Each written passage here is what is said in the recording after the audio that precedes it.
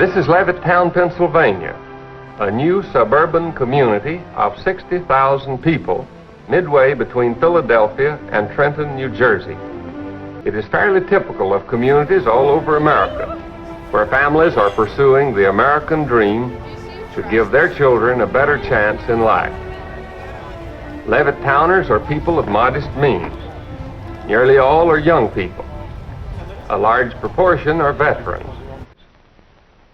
In August 1957, Levittown, Pennsylvania attracted international attention when violence erupted as William Myers, Jr. and his family moved into the three-bedroom house at Daffodil and Deep Green Lanes. In almost all respects, the Myers family is close to the Levittown norm. They have 3 small children, the youngest only 1 month old, and their late model family car was bought on time. They're very close to the Levittown norm, except in one respect. William Myers, Jr. and his family are Negroes in an all-white community. Levittown reacted in a number of ways to the new arrivals. There were several hundred who congregated on the street in front of the Myers house, and there were those among them who felt strongly enough to throw a rock through the picture window. But there was another large group who were repelled by this kind of behavior and organized to help Levittown accept its first Negro neighbors. If you just don't understand the connection that we have with the colored people. In other words, we work with them and they work with us. My great-grandfather was a really good man, but he was really racist also. He, I guess, was influenced a lot by things that happened during Reconstruction. There was a real fear that if you let blacks get control, everything would change. And politicians were always bound by fear of not getting reelected. And so people who knew better just stuck with racism for political reasons, is what I think, you know. The entire period going back to the mid-1600s and to the early 1700s, colony after colony from New York and Massachusetts to South Carolina and Virginia passed a series of black codes or Negro Acts, various laws that were designed to empower everyday white citizens with the responsibility and, let me be clear, the duty to serve in an official capacity, to surveil, monitor, to track, and when caught, to dispense corporal punishment against enslaved African people in the colonies. It was the largest bureaucracy dedicated to a form of policing that we recognize today. Do you think systemic racism is a problem in law enforcement agencies in the United States? No, I don't think there's systemic racism. I think 99.9% of our law enforcement officers are great Americans. I do not think that we have a systemic racism problem with law enforcement officers across this country. Do I acknowledge that there are some law enforcement officers that abuse their job? Yes. I think there's racism in the United States still, but I don't think that the law enforcement system is systemically racist. I understand the distrust, however, of the African-American community given the history in this country. Let's say this. I grew up at a time when there was real systemic racism. That's the moment when you want to go look how good of a person I am. Let me go take a knee because our country is so systemically unequal, because our country is so incredibly racist, which is a lie. This is all rooted in a lie. Are there still racists around? Absolutely. There were yesterday, there are today, and there will be tomorrow, you know. But that doesn't mean that we shouldn't fight it. He doesn't think that there's systemic racism in law enforcement. He believes most of our police officers are good, hardworking people, and there's a lot of evidence of that, and he has great faith in our police department. But I don't believe nowadays we have systemic racism. America is not a racist country. Do you believe systemic racism is a problem in this country? Well, you know, you just keep getting back to the opposite subject. We should talk about the kind of violence that we've seen in Portland and here and other places. It's tremendous violence. You always get to the other side. Well, what do you think about this or that? The fact is that we've seen tremendous violence, and we will put it out very, very quickly if given the chance. This is Theo Henderson from Unhoused. We are here at the city of San Luis Obispo. We are here to reinvestigate and find out the further status about Tiana Arata. Today she holds a press conference at 10 o'clock. A rally will ensue to support her as well as to dramatize the rights for her and to remove the 8 felonies and the other misdemeanors that they have tacked on Tiana Arrada. The second thing is this is a veiled message from people that want the people of color here to stay in their place or protest according to their expectations. If you just don't understand the connection that we have with the colored people. In other words, we work with them and they work with us. They're setting the standards. They do not want people to speak out against injustice here because they don't want to hear it in the first place. San Luis Obispo is a very wealthy white area where the people of color have to watch their step or be considered a threat by the San Luis Obispo police. This is becoming much more clearer by having a conversation with one of the white gentrifiers here that came up and had a conversation with me and tried to tone police me and tried to tone police the movement about Tiana Arrada. They're blaming her for some harm about some fictitious harm about somebody that got harmed, which didn't happen. This is Theo Henderson from Unhoused. More to follow. This is Theo Henderson from Unhoused. I'm here for Free Tiana Arrada. We're at the rally that will begin at 10 o'clock. And I have Don here, who's from Black Lives Matter, and I'm going to get some perspective on it. Don, thank you for joining us. Tell us why you're here. My name is Don Perry. I'm with NAACP, and I'm also chairing the voter registration group.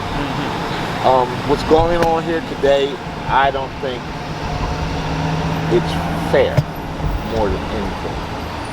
But in order to change things, we have to change things during the vote. That's the only way policy gets changed, is through the vote. So protesting is not getting things done? Protesting is keeping the awareness that voting is still the key. How can we do it seems to me that we can do both, and we could eat, chew bubblegum and walk at the same time, because I know my parents at the time, when they walked, they had to do a multi-pronged approach. The one didn't work without the other. So to get more people registered, get people understanding their rights, and protest was one of the dramatic parts of it. Do you think that's the same thing that this time? I believe the NAACP voter registration group, that is our directive, and that is what we're promoting. We're promoting the youth, the women, we're promoting get out the vote. A lot of people think it's white against black, but the truth of the matter is it's never white against black, because if it was, things would be totally chaos. What's going on is half of America that is white understands the movement, and I'm not going to say the other half isn't, but there's a large majority that doesn't want change. But it's always been half of America that's voted to make the changes that we have today and will continue to have in the future. Interesting. So I was going to say, are you familiar with what's going on with Tiana Arrada? Because what part of the half of the community is against her for 8 felonies and 5 or 6 misdemeanors? I believe the part of the government here is trying to uphold the laws of this community, which is pretty much unfair. They can choose what to install with the law as they so deem to, which doesn't make it right. If it's going to be a law for all, then there should be a law for all. And these charges are bogus, in my opinion. I'd agree, but I take it a step further and thinking this is a message for the younger protesters to give them a signal that this is what's going to happen to them if they decide to protest. Do you think that's possible? I Know that the NAACP is giving a training for the youth so that they are prepared and know the rules and laws and don't be subjected to police allowing them to enter and break laws on the highways and things of this nature. They allowed them young people to do that, and now they're facing charges when they could have easily have just stopped it. Well, there you have it. This is Theo Henderson from Unhoused, and I thank you for your time, Doc, and maybe again meet in the light of understanding. Thank you very much. You're welcome. Black lives do matter. Good afternoon. Welcome to Ask Me Anything About Racial Justice with Dr. Leola Dublin McMillan. She has served on the board of Just Community Central Coast, the steering committee of Race Matters SLO County, and is a member of the SLO Police Department's Police and Community Together group. Thank you so much for inviting me. Let's talk about how does the racist structure work in our society. This is year 2020, and many people believe that racism ended a long time ago, and that is not an issue anymore today. Oh, I heard lots of rumors. I was busy telling people not to believe them. What kind? Well, that they were sponsored and paid by an outside group to do this very thing. All the protesters come from out of town. None of the actual black people that are in this town go to the protests. Wait.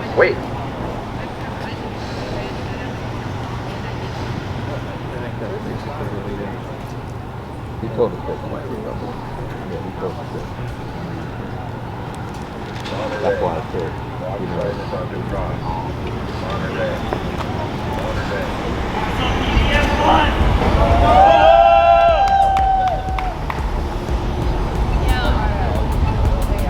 What do people not see that they need to be seen in order to address this problem and make changes to the system? Hello, is this the 4th of July? Every day is the 4th of July here in America. If you just don't understand the connection that we have with the colored people. In other words, we work with them and they work with us. I'm with Unhoused. I have a few questions. What is this to keep our highways safe? What's going on here? Well, what I'm concerned about, because I believe very much in peaceful protest, but I'm concerned that when the highways were blocked off by protesters, that's illegal for a good reason. And so I support filing charges against people who block off our highways. So District Attorney Dandow is going to file 13 misdemeanors against Tiana Arata. Then District Attorney Dandow should file 13 misdemeanors against me and hundreds of other activists that willingly participated in highways, because it's really important for our highways to be safe. That opinion tells us everything we need to know about how racism works. I'm right here. Had we been your friends for years? Yes, sir. Sure. Had we worked more of them than anybody in this country? Yes, sir. Sure have. Right. You got hungry and we give you something to eat, don't we, Ben? Yes, sir. And his name is Billy Wells. But the person that they filed it with was not even there. She was gone. So she was there. No. There's pictures. There's pictures and video of her on the highway, standing in the median. When people who do experience a phenomenon like racism tell you that they're experiencing it, but you believe that you possess, by divine right, the ability to tell them, number one, that they're wrong. May 28th, 3 days after the death of George Floyd, Tiana helps organize a peaceful BLM protest against police brutality and the murdering of innocent black people with 10 of her closest loved ones. At this protest, a car tries to run over Tiana and her friends as they are peacefully chanting on the sidewalk. Does the driver of the car get investigated and charged by the police? No! I said, does the driver of the car get investigated and charged by the police? No! Pretty interesting, isn't it? June 1st, 7 days after the death of George Floyd, Tiana helps organize another peaceful BLM protest. The peaceful protest ends in us being unnecessarily tear gassed, unnecessarily flashbanged, and unnecessarily shot with rubber bullets by the SLO County Police Department in riot gear, who outnumbered the protesters 2-1. She was standing in the median. And she was telling, there was a car that had a pregnant woman in them, and she said, sorry, and they wouldn't let them through. She was delivering her baby on the highway. She was part of that. And invalidate their experiences, right? And that's part of how structural inequality works. Bill, if you got in trouble, who'd you go to, the white or the black? Tell the truth now. You need to watch the whole video. I did. Watch the video. Which is what interesting how we could see it differently. That's part of how white privilege works. That's part of how whiteness works. That's part of how the structural nature of racism works. We have always got along fine with the niggers. We never mistreated them. And there's no complaints. And they are all happy. But, so my question is, what if you guys are doing to correct or eradicate the racism things that goes on here in San Luis Obispo? We have not seen racism in San Luis Obispo. So perhaps maybe that's what Before all this happened, there was not any trouble on our street. That's not true, because many of people of color I've interviewed have said that there has been some issues and that you guys maybe have been resistant or dismissive of their issues. June 8th, 14 days after the death of George Floyd, Tiana helps organize another peaceful BLM protest in which 2 white supremacists show up. Tiana leads us in a moment of silence for 8 minutes and 46 seconds in remembrance of George Floyd. While we are paying our respects for George Floyd during this moment of silence, the 2 white supremacists start using the N-word and saying all N-word music is the devil and that they only listen to white music because it is superior. Sit with that for a second. And do you want to know how Tiana Arrada responds to this? Tiana tells the crowd to avoid them and to not to listen to them because they are not worth our energy.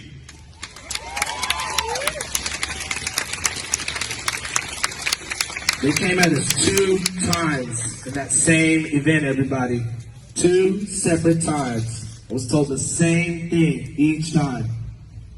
So the question really again remains is, what are you guys are going to do? Maybe they won't have to be on the highways if you guys would take the time to listen. So one thing that if I could speak to that. Okay. Because I grew up here on the Central Coast. I've lived in Los Angeles. I've lived in San Francisco.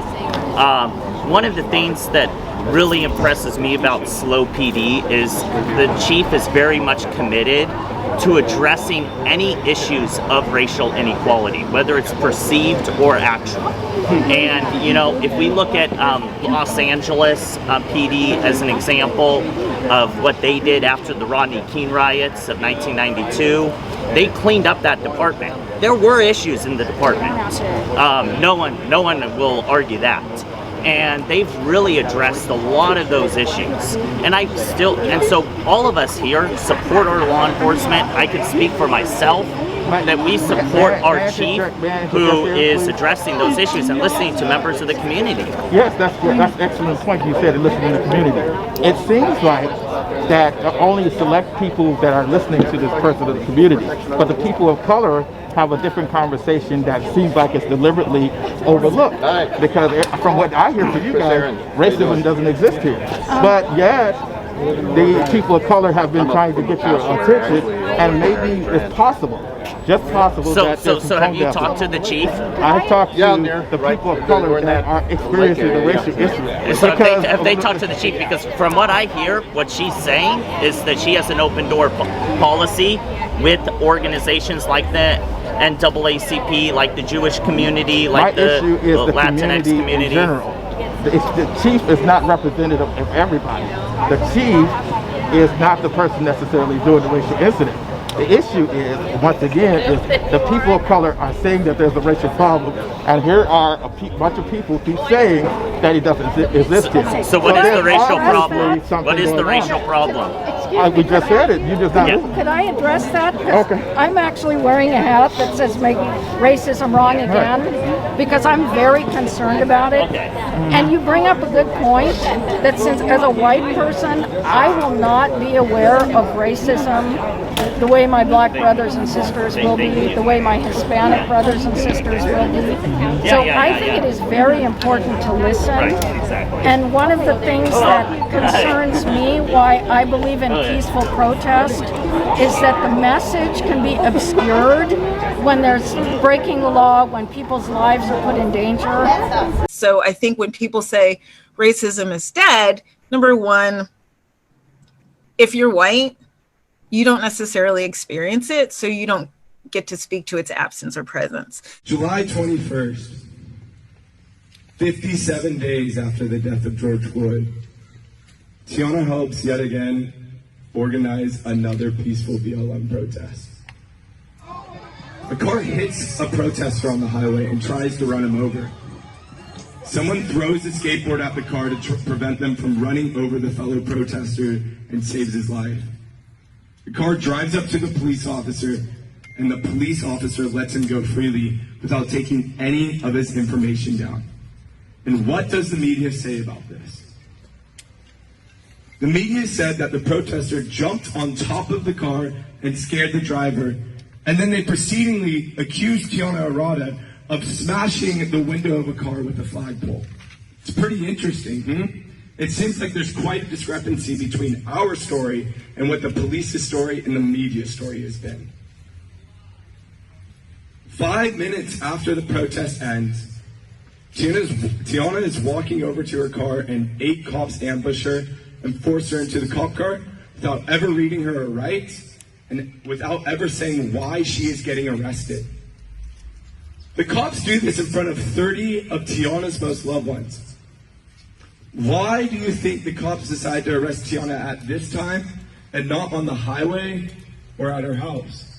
Like, think about it. Why do they arrest Tiana when they do? In my personal opinion, they wanted one of Tiana's closest loved ones to react passionately and emotionally. How would you react if you saw your daughter or your sister or your mother or your best friend kidnapped by the police without providing any explanation? What would you say? I think I would act pretty passionately. Thank God I wasn't there 5 minutes after the protest, because I don't know what I would have done. I really don't.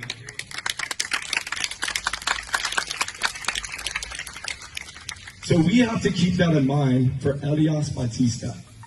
Because how would have you reacted if you saw 8 cop cars come out and kidnap one of your best friends, kidnap one of your activists, kidnap one of your family members? I would stand with Tiana and I would try and protect Tiana.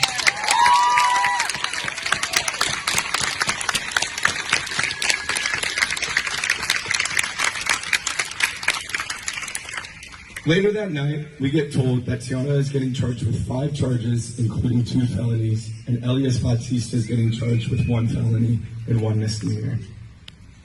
August 6th, 73 days after the death of George Floyd, the SLO PD department has the audacity to ask the DA to file 8 charges against Tiana, including 5 felonies.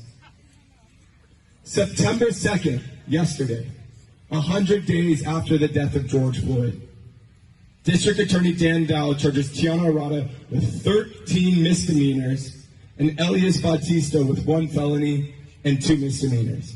And as Leona has said, I don't care if it's 1 misdemeanor, I don't care if it's 10 felonies, both of them don't deserve any charges. Both of them shouldn't be in the position they're in.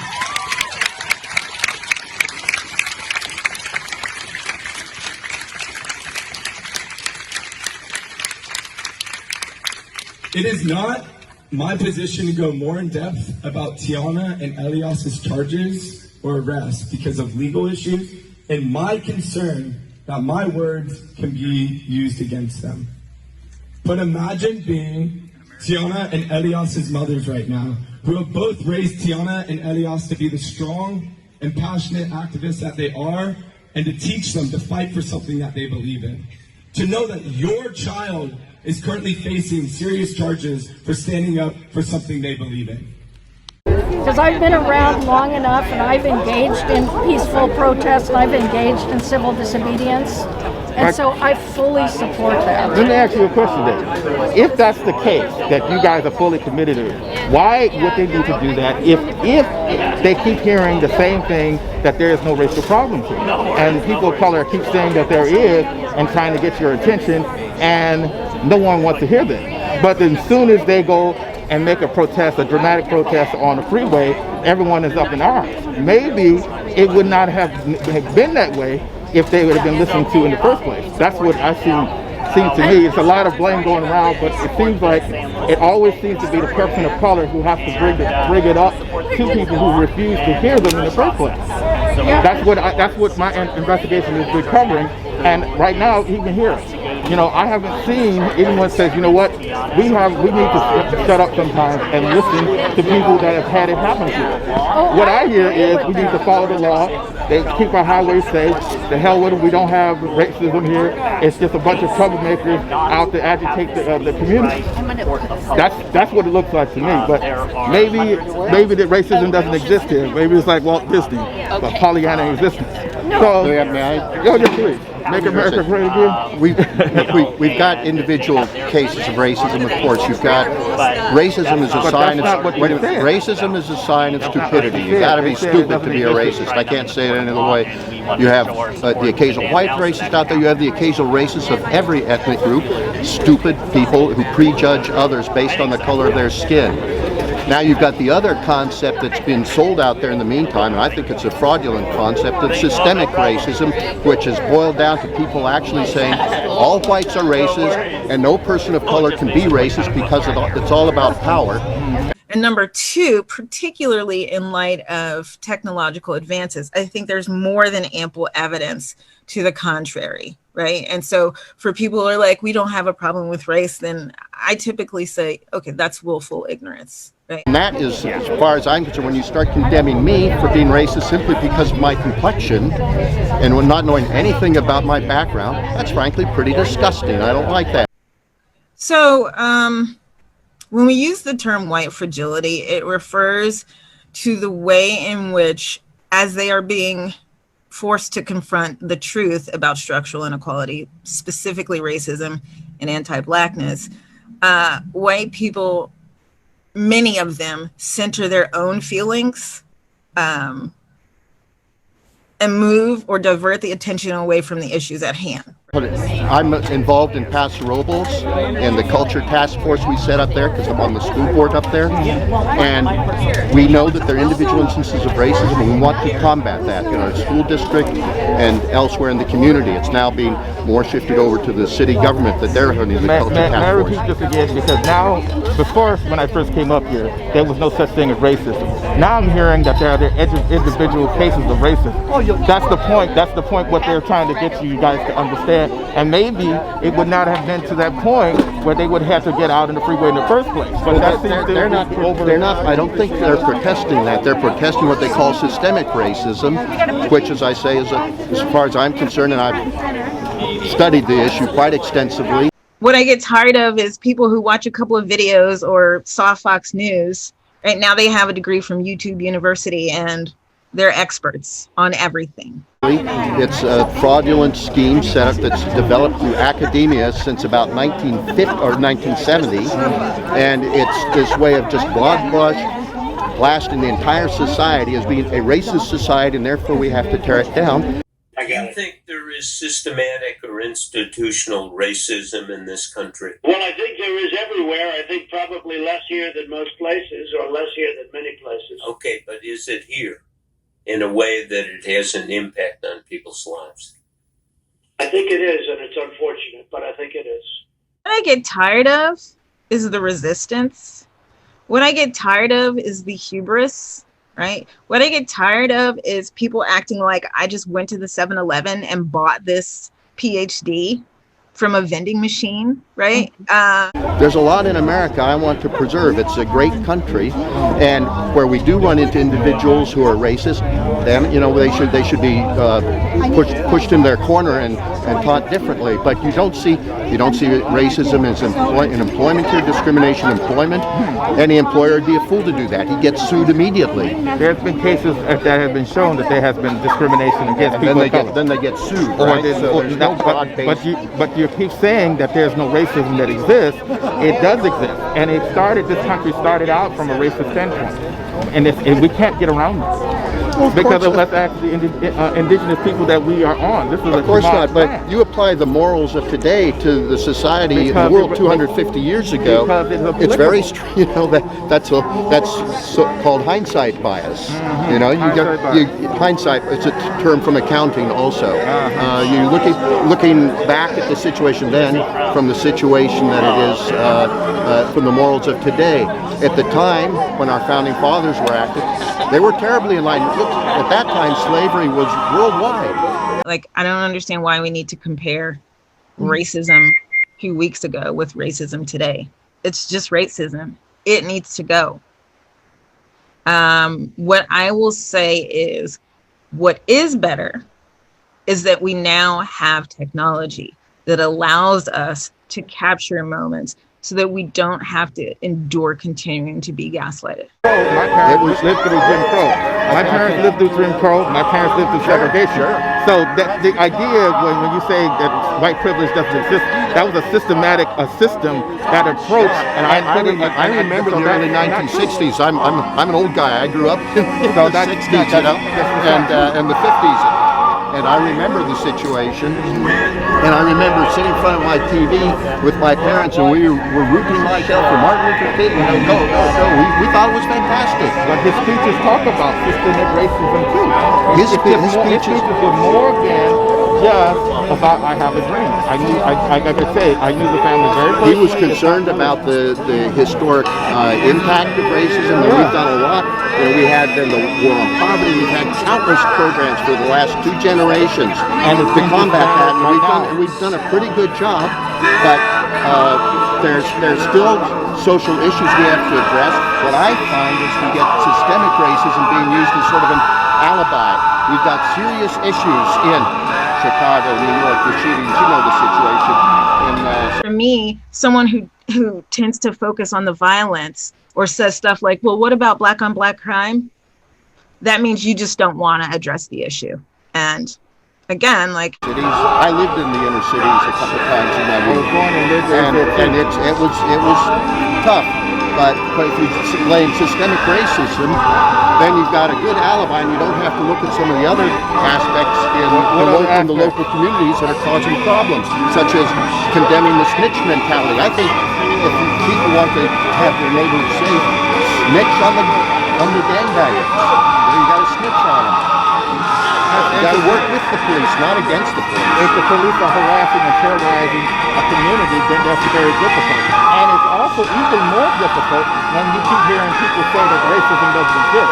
How are you going to move forward? You always got to get back to that definition of racism. There's the Martin Luther King definition, the common definition, prejudging somebody by the color of their skin. He goes even further in his book about that as well. I couldn't hear that. He goes further than just that. That's the problem with people only looking at if you give me your email, I'll actually send you an article I wrote on the myth of systemic racism. You might find it interesting.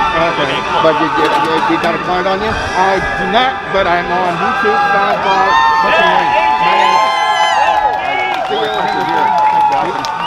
I've got bad ears from the military when that's good. I got a bad ear. I'm on Unhoused. My name is Theo Henderson. I'm on YouTube.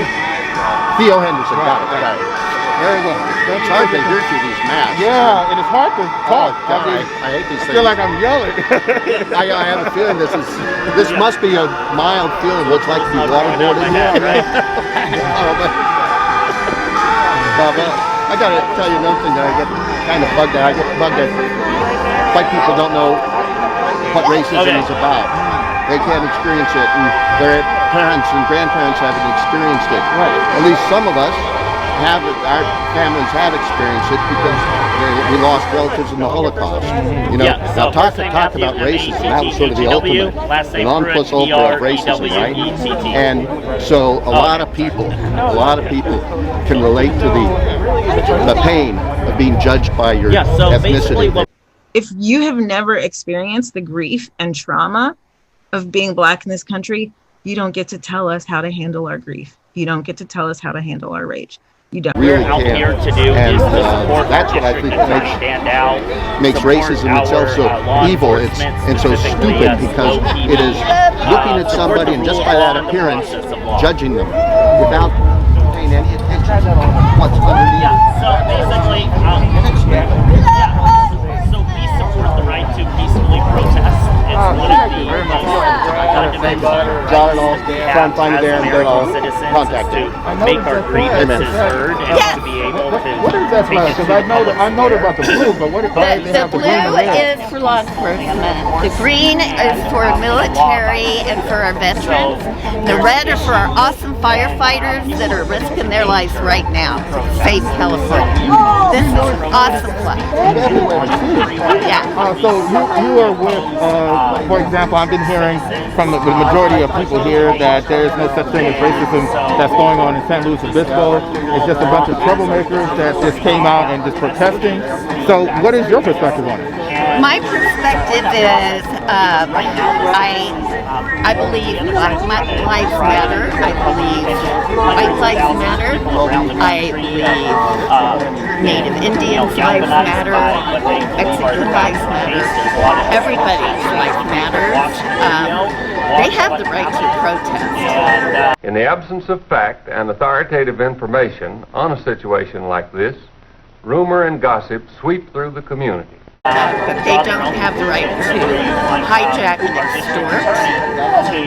They're extorting our businesses here.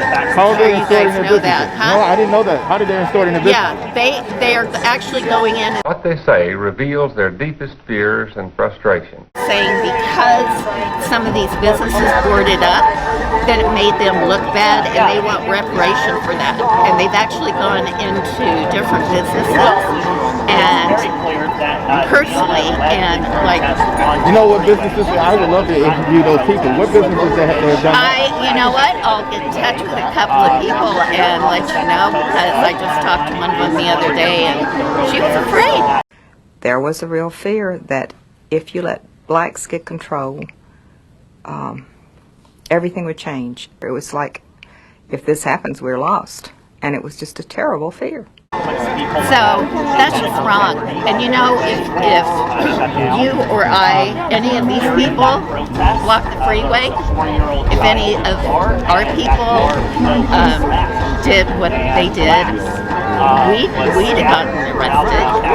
And why is it, can I just ask, why is it cheap to call blacks the N-word and no one says the word? Well, this is a complex question, but let's put it this way. They have told my children that they have to marry niggers. And my child doesn't even know what a nigger is, but from the sound, it has scared them and they have come home just crying. The N-word was used by the majority of whites in society. And our way of reclaiming it and mitigating the harm, because that word was usually used when people of color, blacks or lynched, harmed, raped, and all of that by white people that at that period of time that didn't believe that there was any racial problem. We have always got along fine with the niggers. We never mistreated them. And there's no complaints, and they are all happy. No, that's not my question. But the point is, why is it okay for her to say that? I'm just answering her. She's reclaiming that word that caused a lot of pain to them. And a lot of white people have a sense of irritation and jealousy about it, and they don't really want to learn the truth about it. The truth is, we're trying to reclaim a piece of us that was lost by maybe people's ancestors, other people that still use it when they go into other places, and we're trying to get our power back using the word. Point blank period. Yeah. Okay, that's interesting. So that would be like a Mexican American calling themselves. And they're getting started. That's just so disrespectful. respectful, I think, to their to them. But again, it's a person of color who has the right to choose if it's disrespectful to them and to use it in their own community. That's one of the things. But thank you very much. I have to go. I appreciate you. No problem. And everyone has a right to speak and protest. That's America. No rioting, no looting. Don't talk to me about looting being not okay. This country is this country because of looting, right? The United States has a horrible foreign policy track record in terms of how our military is instructed to behave or how it behaves in other countries. Have you ever been to a museum? Guess what? Looting.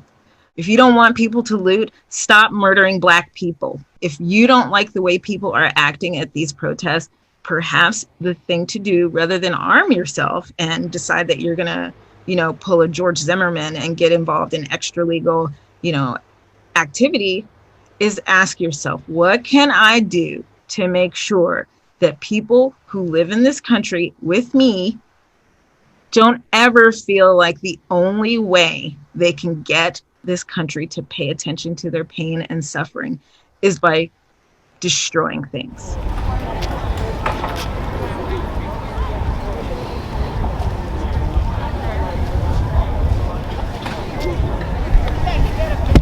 Sure, yeah. Oh, do you? Do you see a trash can? Got it?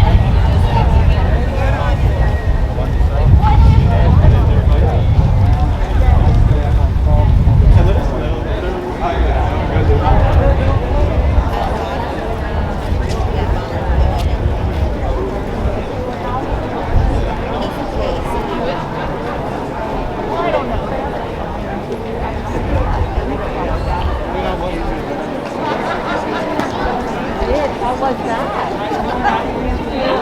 I didn't know that that was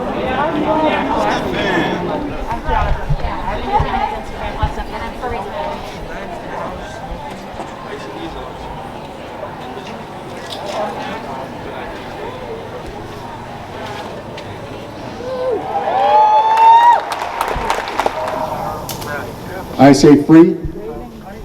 You say Tiana. Free. Tiana! Free. Tiana! Free. Tiana! Thank you. Thank you for coming out. My name is Curtis Briggs. I'm one of the attorneys for Tiana Arata. We're here for 3 reasons today. 1, to respectfully ask Dan Dow to reject these charges as they've been recommended by the SLO Police Department.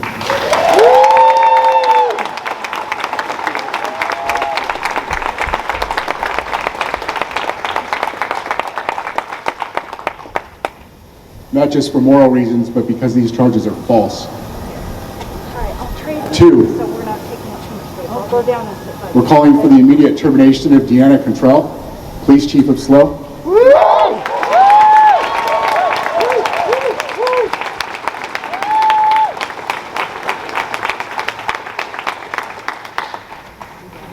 3, I'm asking the citizens of SLO to keep an open mind, because you're called for this jury. You're going to need to hear the real facts, not what Deanna Cantrell put out in the media. We're going to need you to serve on this jury. Yeah. Woo! Here.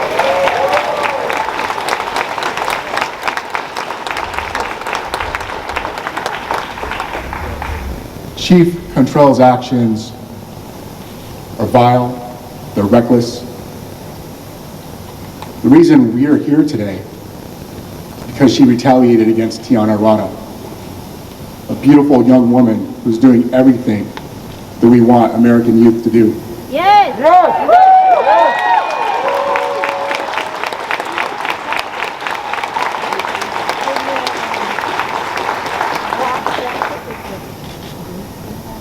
Chief Cantrell's blunder drew national attention and put SLO in the spotlight. In a national controversy, Chief Cantrell's blunder amplified demonstrations and protests. Chief Cantrell's blunder jeopardized the peace and safety of this community. Yeah, that's right. Yes. Yes.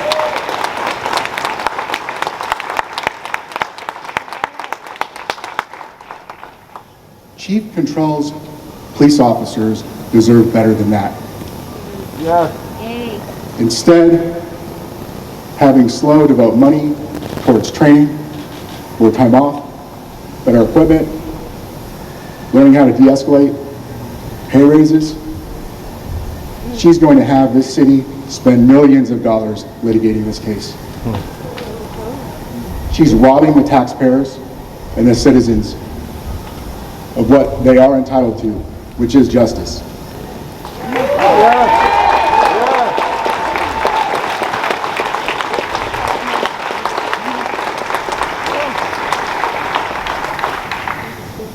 Finally, I have a message for the citizens of SLO. I was born and raised in Southern California. This community is built on principle.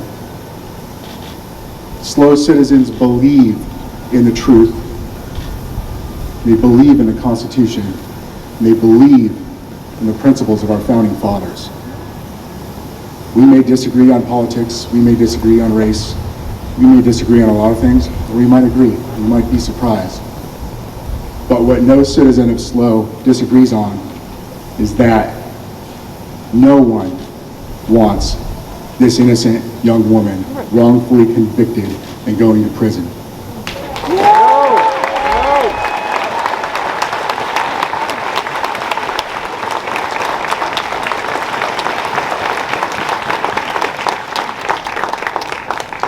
Free. Tiana. Free. Tiana. Free. Tiana. Thank you. You're going to hear from about 10 speakers. All of them are extremely powerful. Many of them are members of this community, business leaders, social leaders, moral leaders. Please hear them out. Thank you.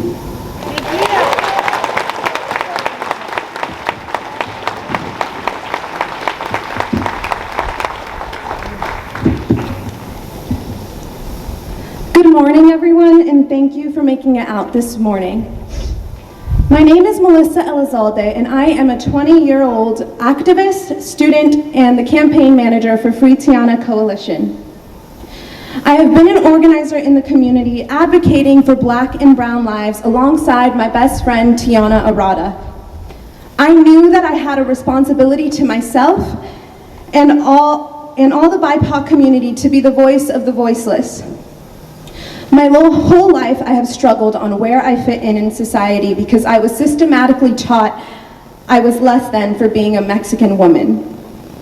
As I got older, it became clear we are not living in post-racial America. Racism did not end when they told me it did in school. I began to realize that the very things I was being bullied in school for was blatant racism. Ever since I became aware of the systematic and social oppression in our society, I began learning how to use my voice. Following the death of George Floyd, Tiana, myself, our friends, and our supportive SLO community came together to not let injustices go unseen in San Luis Obispo. What we want to see is a community who loves and supports each other, a place where all can call home and be comfortable, happy, and proud of that. July 21st at 4 p.m. was a beautiful day, full of clear skies and a positive community coming together to demand change. What the day ended was a terrifying display of police force and lasting trauma I do not wish on anyone. I will never be able to explain the pain and terror that I felt. However, to this day, I still have hope for our community of San Luis Obispo and a country as a whole. While I was being escorted to my car that night in a state of fear and shock, a random community member, a mother, someone I had never met before, approached me. In the midst of my crying, she pulled me close and hugged me and let me know that she's there for me and will not allow this to continue.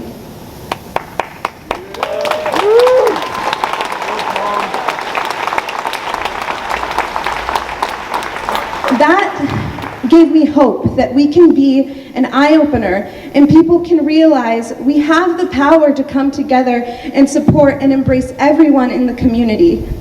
I will continue for the rest of my life to stand up for Black and Brown and all marginalized communities.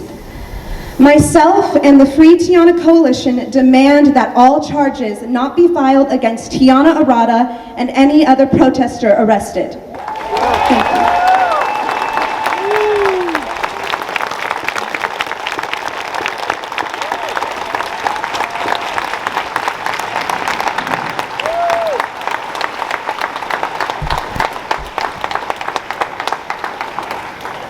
Buenos días, San Luis Obispo.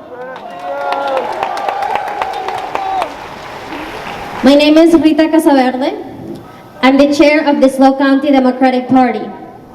I don't pretend to represent every single Democrat in this county, but I am here proudly representing the party that welcomed me, a brown immigrant woman, with open arms.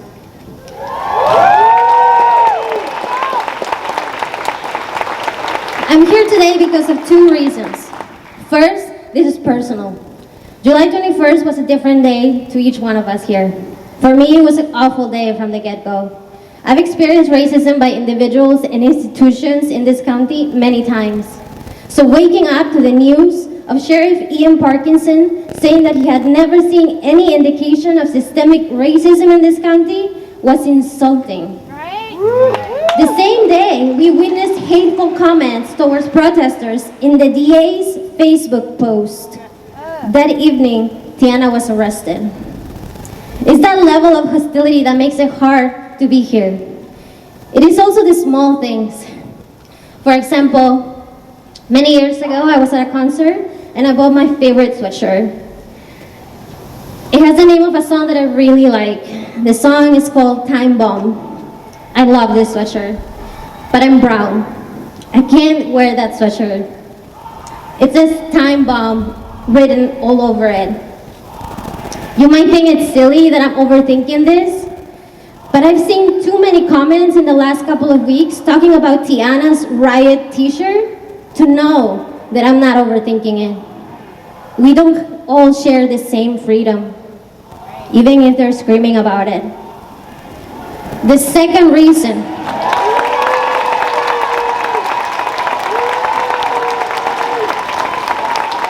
let them hear us.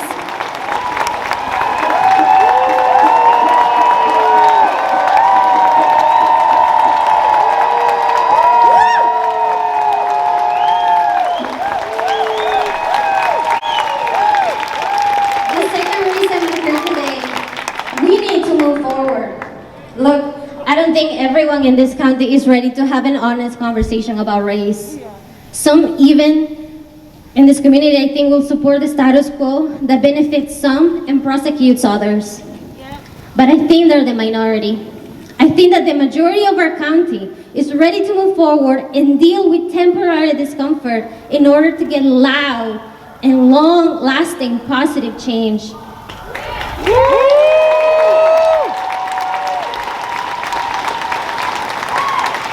This here today, you here today, is a great step forward. Today, we are donating our voices or time to have these tough conversations. And we're coming together stronger because of Tiana and because many young people who are non-conforming and that are asking for better. Slow County needs Tiana's vibrant, colorful, and powerful self to be freed. And the Slow County Democratic Party is here to support it. I'll close my statement with a Mexican proverb. Trataron de enterrarnos, no sabían que éramos semillas, which translates to, they tried to bury us, they didn't know we were seeds. Thank you.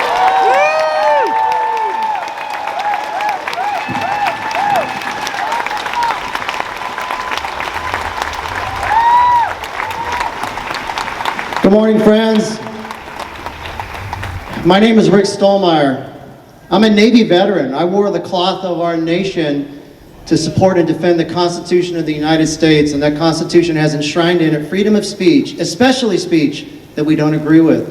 So honor the speech here, and honor the speech across the street. I love all of you. I'm also the founder of Mind Body. My co-founders and I started a scrappy little company in my garage 20 years ago, and today it's the largest private employer on the Central Coast. I care deeply about economic opportunity and jobs, and we've got a challenge here on the Central Coast. And that challenge is entirely wrapped up in this topic. The lack of diversity in this community, in addition to being a moral and ethical issue, is also an economic issue for us. I'm a founding member of REACH, the regional coalition of local leaders that are striving for economic opportunity. And I'm a father and a husband. Jill and I have raised 4 kids here in San Luis Obispo. We're committed to this community, and we plan to spend the rest of our lives here. We count among our circle of friends people, frankly, on both sides of the street. We have friends we have a deputy sheriff who's a friend. She was one of the first responders in Napomo when that mentally ill man got out of a car and started shooting people. Those first responders, those CHP and deputy sheriffs saved people's lives last Friday in our community, and we owe them a debt of gratitude. Thank you, you're heroes. So what do we have in common here today? I think we all of us love this community, and we're all worried and afraid for our future. And the events of 2020 have shaken us to our core. Who of us could have imagined on New Year's Eve what was in store for us in this magical new roaring 20s? A pandemic wreaking havoc on our lives. A pandemic tearing apart our economy. And then these horrible killings of Ahmaud Arbery, Breonna Taylor, George Floyd, bringing to surface deep systemic problems in our country. Problems that are really uncomfortable to face, but are realities that have been here for decades and decades. I had, as a middle-aged white dude, I had to come to the realization that the promise of equality of the civil rights movement of my childhood, of Martin Luther King and John Lewis and so many other heroes, isn't done yet. They did amazing things. We've made some progress, but it's not done yet. And what I see happening today, what I see in this beautiful audience, and what I see with Tiana, as I see young people who are idealistic, who care about our future. And you know what, older folks like me, the future is theirs. This will be their country, this will be their society and their community. And I think what they stand up for is powerful, it's important, and it's precious that we have young people who are idealistic and care. That's why I'm here right now.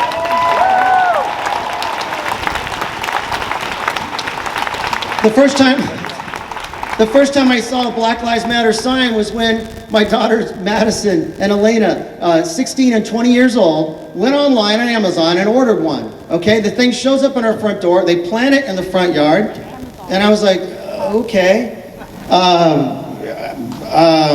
Black Lives Matter? Yeah. I mean, don't all lives matter? You know, and then I didn't really get it at first. I want to admit that to you. And then I began to hear from my own children. I heard from our friends and the Mind Body employees. There are 900 Mind Body employees in this community. I listened to stories of racism and bias. I mean, firsthand, subtle racism, and also much more overt racism. Stories of black people being treated as suspect or different simply because of the color of their skin. Really? In 2020? I was shocked. So when the Black Lives Matter protest started in our community, I was frankly first surprised at the level of intensity. I mean, really? Like, we have that much to be upset about here? I didn't get it, because I'm not black, and I'm not young. But then I remembered the first rule of parenting, and that is that when your child feels what they feel is their reality, when they skin their knees and they come home and they're sobbing because they hurt or somebody bullied them at school, a parent doesn't tell their child, no, you don't hurt. That's not real. No, we first acknowledge their pain, we tend to their wounds, and we help them heal. And as parents, we listen, we show compassion, we practice empathy, and then we help them address the problem. And so I feel that that's what needs to happen today with all of the young people here. And can we just take a moment? Can we just take a moment? If you live here on the Central Coast, regardless of how you stand on the issue, would you please just raise your hand as a member of this community? So, these are our neighbors. These are our children. Above all, we just need to listen to them. And look, we don't have to agree on everything. Yeah, by the way, how many people have reached out to me since I heard I was going to be here and say, have you seen those video clips? Yeah, I can't say I agree with all of it. I can't say that I think that that was all the best way to go about it, but we're all human beings, you know? And I put my life on the line for this country to give people the right to speak their mind, even when I disagree with them. And the principle at work here is all the right principles. It's the principles of freedom of speech, of equality and diversity. So while I know there are many different points of view represented here today, I believe we can all agree that we have a real problem in our country. I mean, just yesterday, a black man was shot 8 times in the back by police officers while he was attempting to get into the car with his children. We don't know the facts yet, we don't know what happened, but my God, what is going on in this country? Yes, of course all lives matter, but the focus right now is there is a specific group of people in our country who have had their lives put at risk, and this isn't opinion, this is fact. The numbers support it, it's data. So, Black lives matter, absolutely. Just like all of our lives matter. We're living in troubled times. How do we find our way out of this? How do we make our community, our nation, and our world a better place for our children? I don't know exactly, but I think it has something to do with consciously choosing love over fear. It comes from just practicing the hard work of empathy. It's about putting down these damn devices for a few minutes and actually listening to each other and having real conversations. And it comes from assuming good intent. Let's assume that the other person is actually trying to do something good, as most people in the world are trying to do something good. Let's acknowledge their humanity, and let's especially practice these things when there's issues that we disagree about. I had the honor a couple years ago of meeting Michelle Obama, and she said, "It is hard to hate up close." And I think in these troubled times, we all need to get a bit closer to each other. That is Jill's and my hope and prayer for San Luis Obispo and for our nation. Thank you.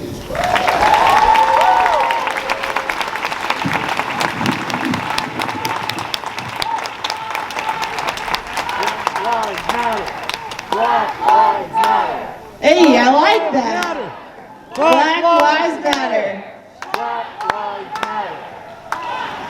Well, hello, you guys. My name is Melina Martin. I have been born and raised here on the Central Coast. That's what's up. It's been an honor and a privilege to live here my whole life, aside from the 4 years that I spent in San Diego in college. I currently operate as a junior high youth pastor at New Life Community Church in Pismo Beach. So I'm back here on the Central Coast. Can't get rid of me very soon, I assume. I'll be here for a while. And because I'll be here for a while, that also means that you won't get rid of my voice for a while.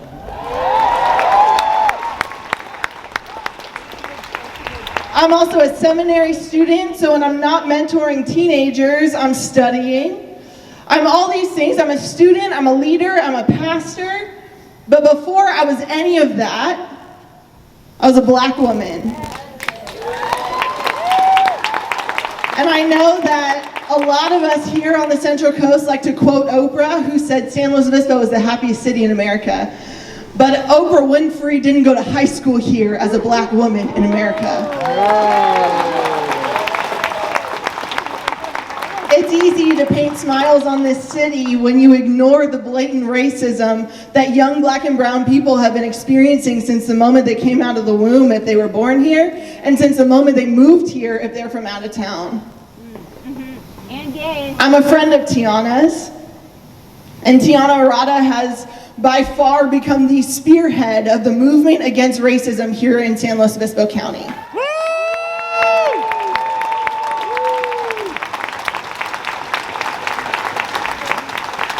But all of Tiana's opposers seem to enjoy to negate the trauma she's experienced at the hands of racism. See, people don't understand that trauma actually lives in the body. So when someone experiences trauma at the hands of racism, like myself or Tiana, that trauma tends to express itself through panic attacks, through fear, through anxiety, and protest is actually an extremely healthy outlet to release that trauma from our bodies. So physically marching through the streets, physically shouting with everything in our being, physically crying publicly is a healthy, beautiful outlet of trauma.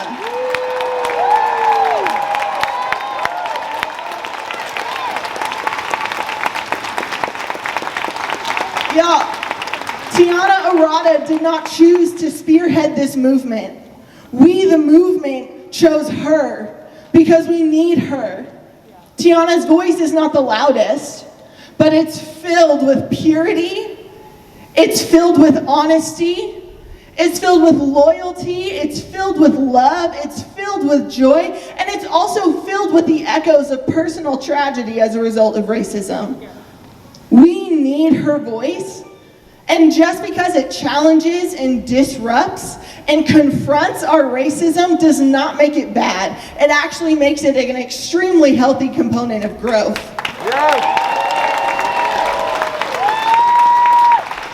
Tiana does not hate the Central Coast.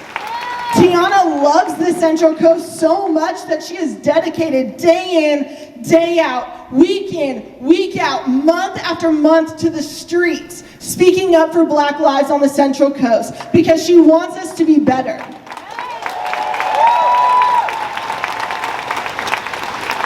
And the fact that not one thing has been looted and not one riot has started on the Central Coast is actually directly because of the precedent that Tiana set for us as a leader. So we owe her a giant thank you. Drop her charges.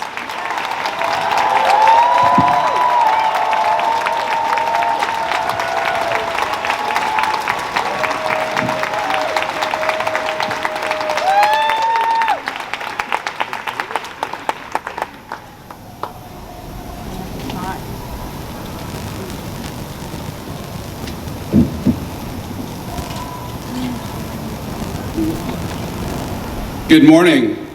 My name is Michael Boyer. I'm a founding director of the Diversity Coalition of San Luis Obispo County. I'm also a business owner and a community leader working every day to make San Luis Obispo a better place to live.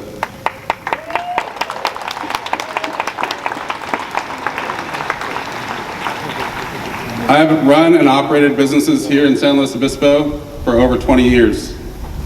I support both the business community and Black Lives Matter demonstrations. They are not mutually exclusive.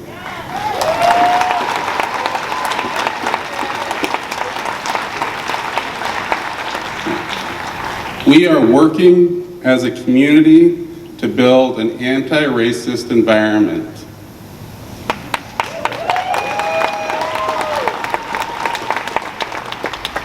Disruption is the purpose of protesting.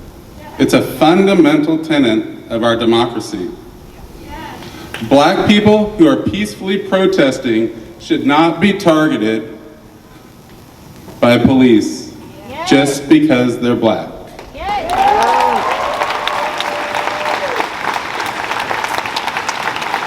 By targeting and arresting the high-profile Black women without arresting any of the hundreds of white people who also participated in the false imprisonment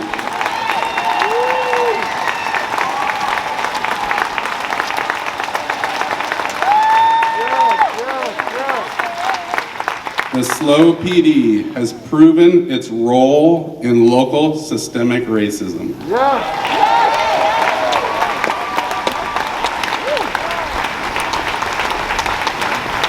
Because of this action, I am even more fearful of racial targeting. I've been pulled over 20 plus times in my life. I know what targeting is. I've fit the description way too many times.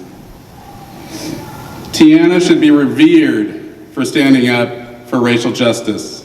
Her courage, her leadership, her enthusiasm will improve Black lives in the future.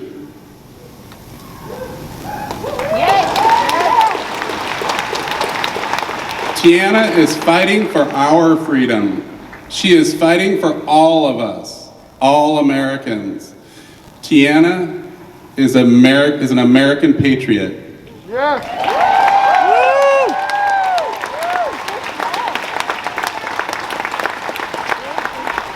As another American hero, Fannie Lou Hamer once said, "Nobody is free until everybody is free."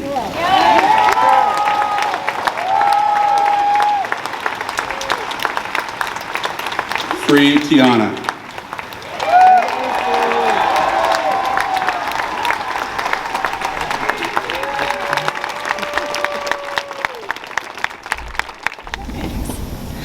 All right, before I start my speech, I want to say something to you that I say to my kids all the time.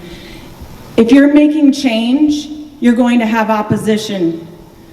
I want to thank those protesters over there on the corner for showing that we're making change.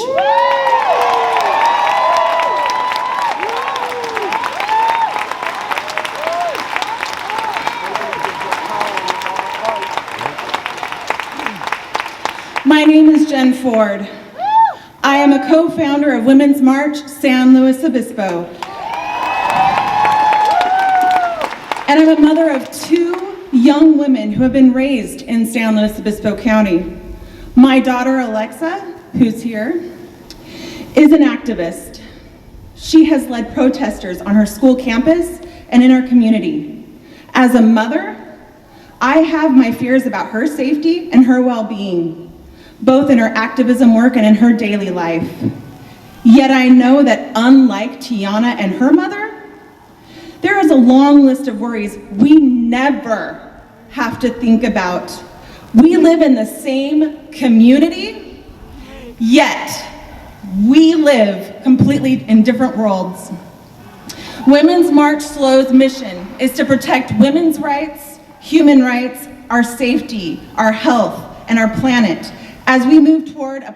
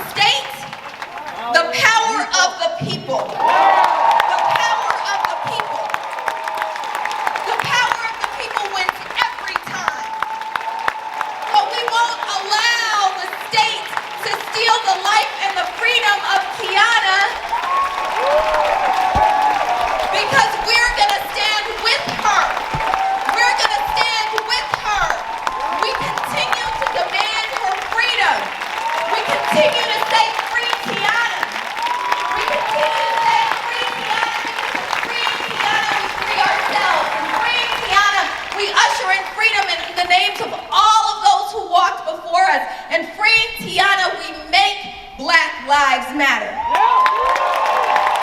And we will win. We will win. Free!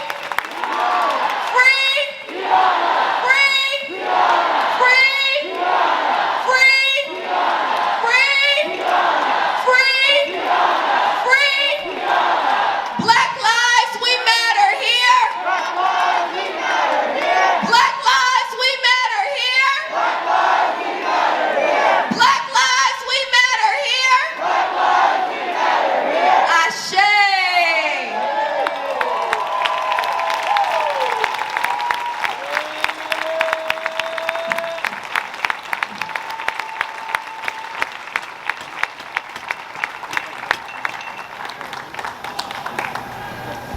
All right, what up, y'all? My name is Kendrick Sampson. I'm an actor, I'm an activist, co-founder of Build Power. I've been rolling with Black Lives Matter Los Angeles for about 5 years now.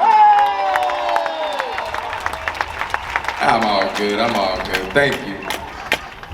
I want to be clear here that the system is corrupt. And our goal is to abolish this system of slave catching that is policing.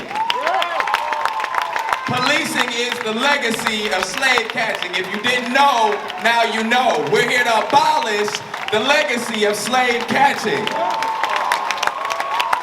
But while it's still here, we demand you take your oppressive hands off our sister.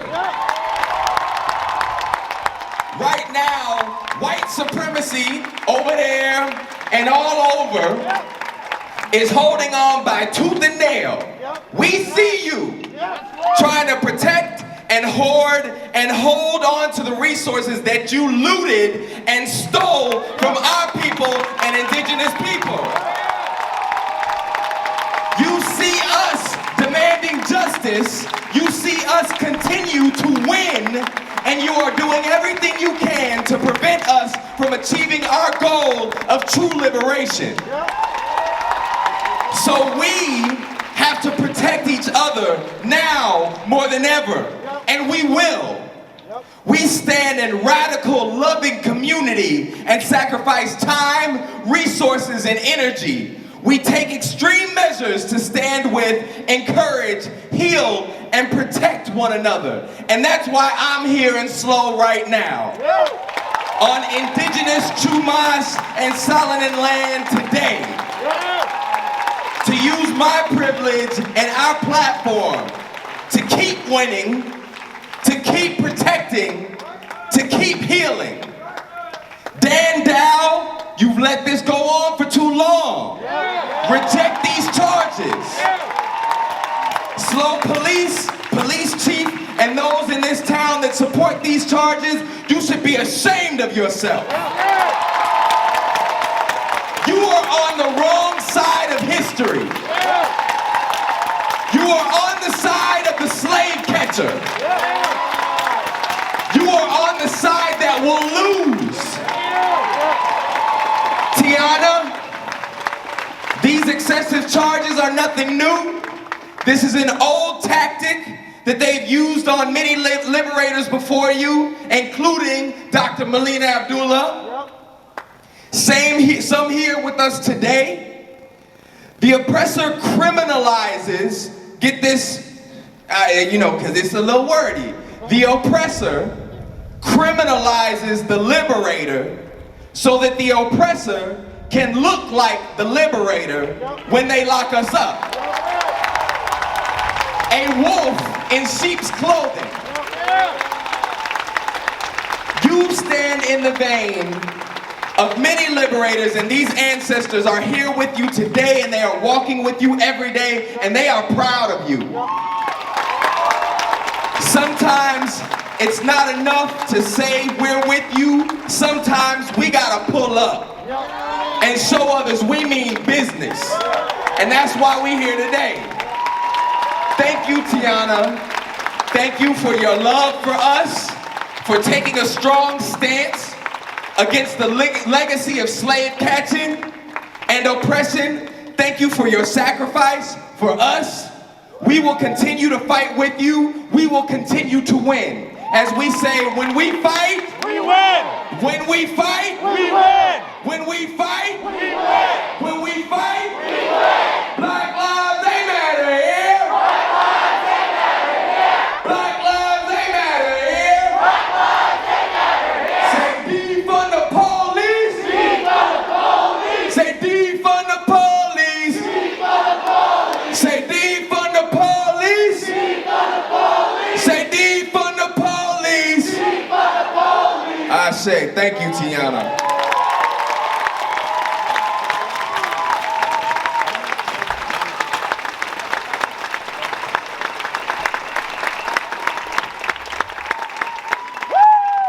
What it do, team? San Luis Obispo in the house. Now, y'all, I'm not convinced. Dan Dow needs to hear us, even though I hear he's out of town. How we doing, San Luis Obispo? How we doing, team? My name is Patrice Cullors, and I'm one of the co-founders of Black Lives Matter. I'm also one of the members of the Free Tiana Coalition. Across the street, we have counter-protesters, full of hate and division and a deep desire to silence what is joyful and healing and beautiful about Black Lives Matter. Across the street, there are counter-protesters who are willing to use racism as a tool for their hate. Across the street, there are protesters who have shown up only to sow the sickness called racism. And right here, in this crowd, behind me and in front of me, we are the people who believe in Black Lives Matter. We are the people who believe in the healing of Black communities. We are the people who believe Black people deserve not just to survive, but thrive. Throughout history, Black communities have fought for our rights, for our freedom, and our self-determination. People like Dr. King and Fannie Lou Hamer and Ella Baker and John Lewis and Diane Nash all risked their lives for Black people, all risked their lives for this country, all risked their lives for so-called American democracy. Tiana Arrada, she is a part of that legacy. A legacy of young Black people who have taken to the streets to make sure that this place that we call the United States of America sees us, believes us, and ensures our freedom. Tiana took to the streets to create peace and justice, and she has been met with criminalization. This town, Dan Dow, we are calling on you to reject these charges. We are calling on you to show up for Black lives. We are calling on you to leave those counter-protesters in the dust.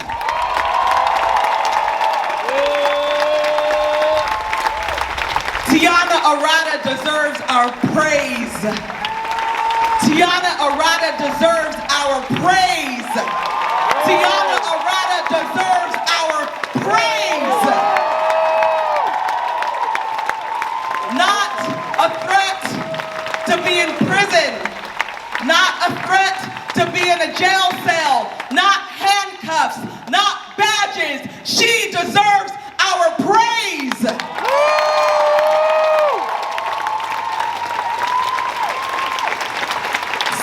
Luis Obispo, do not let her down.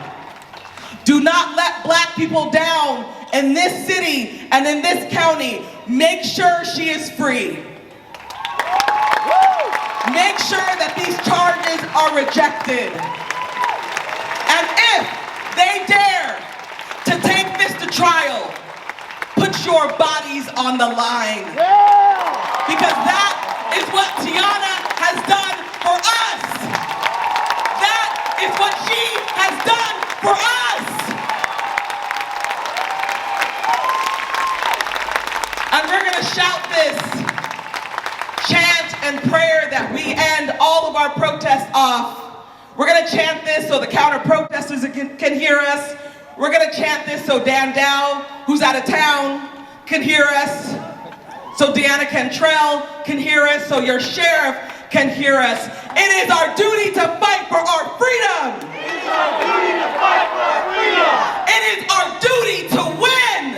It's our duty to win. We must love each other and support each other. We must like each other and support each other. We have nothing to lose but our chains. We have nothing to lose but our chains. It is our duty to fight for our freedom. It is our duty to fight for our freedom. It is our duty to win. It is our duty to win. We must love each other and support each other. We must like each other and support each other. We have nothing to lose but our chains. One more time, y'all. It is our duty to fight for our freedom. It is our duty to fight for our freedom. It is our duty to win. It is our duty to win. We must love each other and support each other. We must fight each other and support each other. We have nothing to lose but our chains. We have nothing to lose but our chains. Ashe, y'all.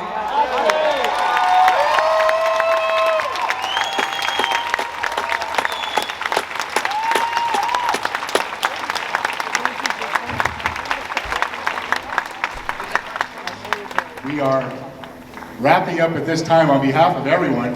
Thank you very much for turning out. Yeah!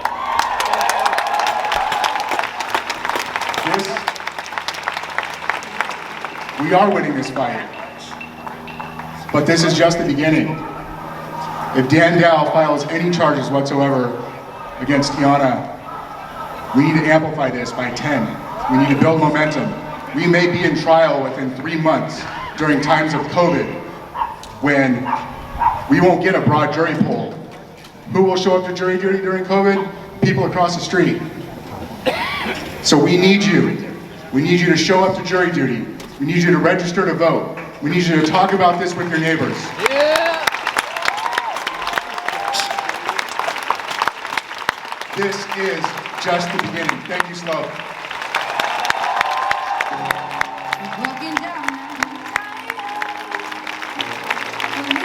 If we don't get no justice, then they don't get no peace. If we don't get no justice, then they don't get no peace. If we don't get no justice, then they don't get no peace. I need y'all to be a lot louder because I've already lost my voice today. If we don't get no justice, then they don't Get no peace. If we don't get no justice, Then they don't get no peace. if I don't get no justice, Then they don't get no peace. if I don't get no justice, Then they don't get no peace. what lives they matter here? Black lives, they matter here. What lives they matter here? Black lives, they matter here. What lives they matter here? Black lives, they matter here. What lives they matter here? Black lives, they matter here. But thank you guys so much for coming out. We're gonna keep going. We're gonna have a joy rally, and we're calling it a joy rally because we are celebrating Black joy today. As we stood outside of that jail waiting for Tiana, she came out and she said, "They can take me away, but they can't take away my joy." Say that again, Melissa. Tiana Arata, she said, "They can take me away, but they can't take away my joy."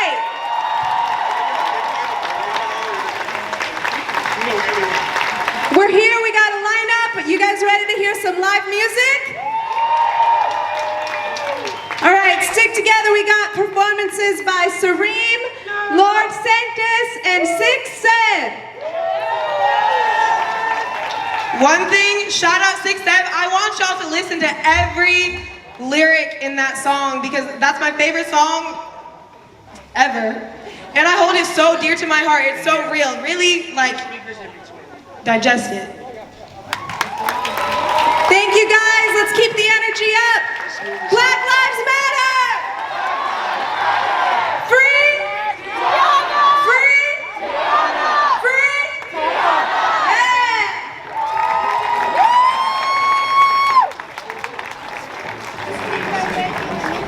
This is Theo Henderson from Unhoused. We're here at Free Tiana's press conference and rally. And I'm here with the illustrious Dr. Melina Abdullah. She is a proponent of Black Lives Matter. She's one of the co-founders. And I wanted to get her perspective on the events that have transpired and what her insight is on this situation. Thank you very much for your time. She's a very busy lady. I've been following your career extensively and particularly demanding equitably to be as the professor at the school that overlook your talents and your skills and lived experience. So Dr. Abdullah, what's your insights on the matter here? Sure. So what our sister Tiana is facing is what happens anytime Black people stand up for freedom, stand up for ourselves, right? That it's a struggle, right? We don't just call it a struggle in theory, it is a struggle in practice, right? So when we're saying we need to chant down, we need to topple these systems of injustice, that system tries to dig its heels in. And so what they've done as Tiana Arata has fought for freedom for Black people and demanded that Black Lives Matter all over the country, but also here in San Luis Obispo, is she is facing the charges that come from the state that she is challenging. We're saying she's not going to face those charges alone. And for me, it's especially important. Last year, people in Los Angeles will remember that I faced 8 misdemeanor counts that could have cost me 3.5 years in jail. Exactly. What won for me is that hundreds of people continue to show up. And the district attorney, the city attorney was forced to drop those charges in Los Angeles.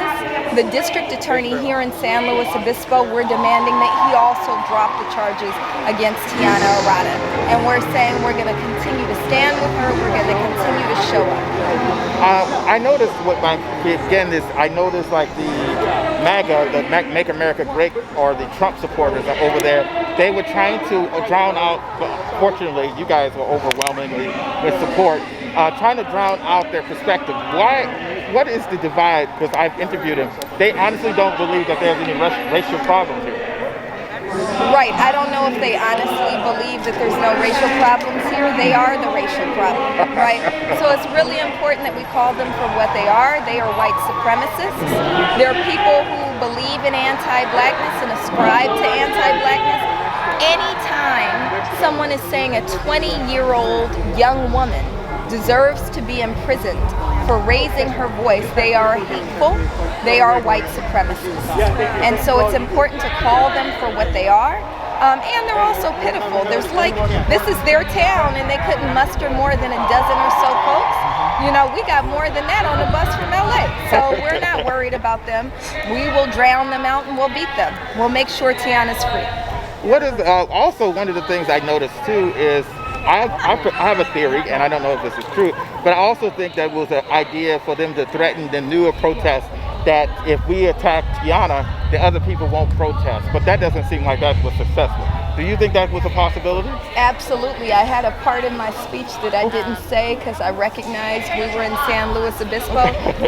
That if you think about the Nat Turner Rebellion. Oh, yeah. Right? Yeah. August 21st, 1831. Yeah. The most successful rebellion of enslaved people in this country. When they finally caught Nat Turner, they put his head on a stake. And that was meant to be a deterrent against all other folks who had been enslaved, to deter them from rising up. What they're doing is figuratively putting Tiana's head on a stake.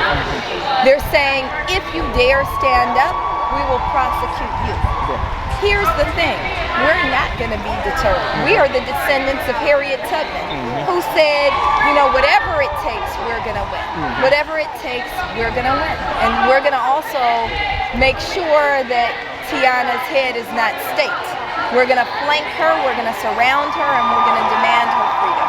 I also want one last question, and I wanted to ask this because here's the thing that we deal with within, unfortunately, communities, that's just the respectability politics. And that's saying is that we should protest according to the oppressor's ideas of protest. What are your thoughts on that? Absolutely not. I mean, you're from LA. You know how I get there. No, the master's tools will never dismantle the master's house, right? Exactly. And so it's really important that we use every single tool in our toolbox, right? So yeah, we have to vote Jackie Lacey out in November, right? We have to vote. We have to pass bills. We have to pass AB 731, the police decertification bill that was written in the name and in honor of Kenneth Ross Jr.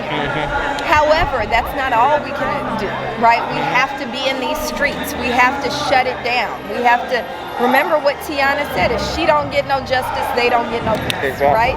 And so we're going to continue to use every single tool in our toolbox to get justice in the name of Tiana, but also in all of our names.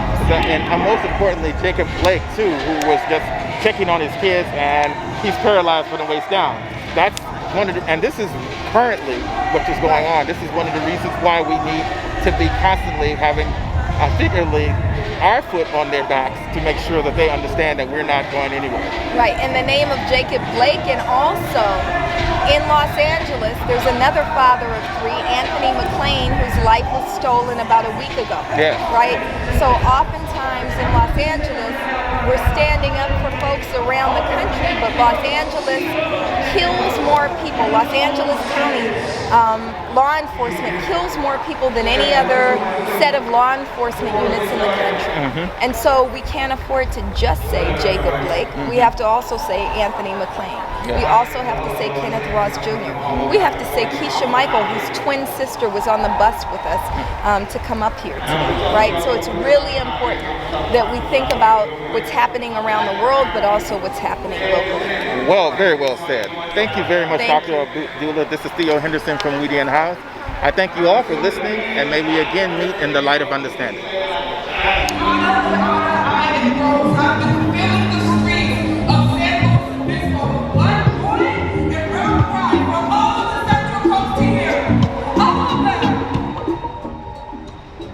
Has this affected your relationship with neighbors? No, we've discussed it freely. We found people for and against, but we've tried to keep it being discussed. That was the important thing. I just could not live beside them. I don't feel that they should be oppressed. But I moved here. One of the main reasons was because it was a white community.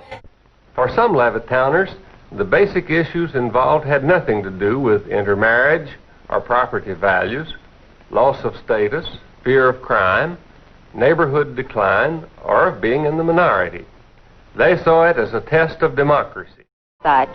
Mr. Myers and all the Negroes have right. I'm no better than them. They're as good as I am. But the only reason that Mr. Myers came into Levittown is to show people they could get here. I just feel that they're within their legal rights to move in here, and if they move in and are law-abiding citizens, I have no complaints. If more colored are allowed to move in, Levittown is going to go downhill. I don't think that the Myers have anything to do with the property decreasing or increasing. I think it's purely a white problem, not a Negro problem.